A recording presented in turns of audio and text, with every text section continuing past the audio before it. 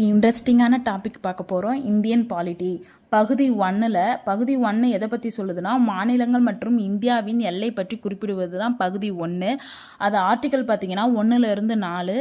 Article 3 வந்து என்ன சொல்கிறாங்கன்னா, மாநில எல்லை மற்றும் மாநில பெயரை மாற்றி அமைக்கிறதுக்கு இது ரெண்டுமே மாற்றி அமைக்கலாம். யாராலன்னு பார்த்தீங்கன்னா, நாடாளுமன்றத்துக்கு வந்து ரொம்ப உரிமை உண்டுன்றாங்க. பகுதி 2 எதை பற்றி சொல்கிறாங்கன்னா, இந்திய குடியுரிமை பற்றி குறிப்பிடுவது. இதோட ஆர்டிக்கல் பார்த்திங்கன்னா 5லேருந்து 11 வரையும். இந்த சேனலை சப்ஸ்கிரைப் பண்ணாதவங்க சப்ஸ்கிரைப் பண்ணுங்கள், உங்கள் ஃப்ரெண்ட்ஸுக்கெலாம் ஷேர் பண்ணுங்கள், லைக் பண்ணுங்கள். பகுதி 3ல் ஆர்டிக்கல் 12லேருந்து 35 இது ஆர்டிக்கல். பகுதி 3 எதை பற்றி சொல்கிறாங்கன்னா, அடிப்படை உரிமையை பற்றி சொல்கிறாங்க. அடிப்படை உரிமை எத்தனை 6 இருக்குது.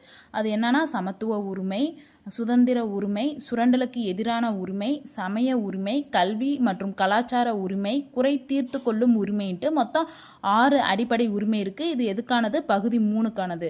பகுதி 4 வந்து பார்த்திங்கன்னா, அரசு கொள்கையினை நெறிப்படுத்தும் கோட்பாடுகள். அதோட ஆர்டிக்கிள் பார்த்திங்கன்னா 36லேருந்து 51.